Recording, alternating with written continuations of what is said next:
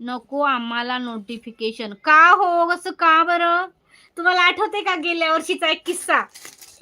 म्हणजे गेल्या वर्षी त्याच्या गेल्या वर्षी.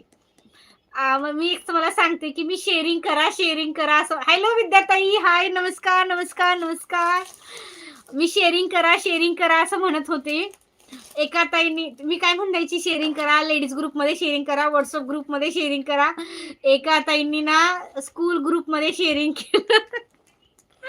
लाईव्हची लिंक स्कूल आता असतील कोणी जरी रिपीट बघत असतील तर त्यांना माहिती असेल. स्कूल ग्रुपमध्ये शेअरिंग केलं माझ्या लाईव्हची लिंक असतं ना म्हणजे ते आपले होमवर्क वगैरे येतात. त्या ग्रुपमध्ये शेअरिंग केलं तर त्यांचा मेसेज काय होता की ताई तुम्ही शेअरिंग करा. नाही ना, जरा रुको.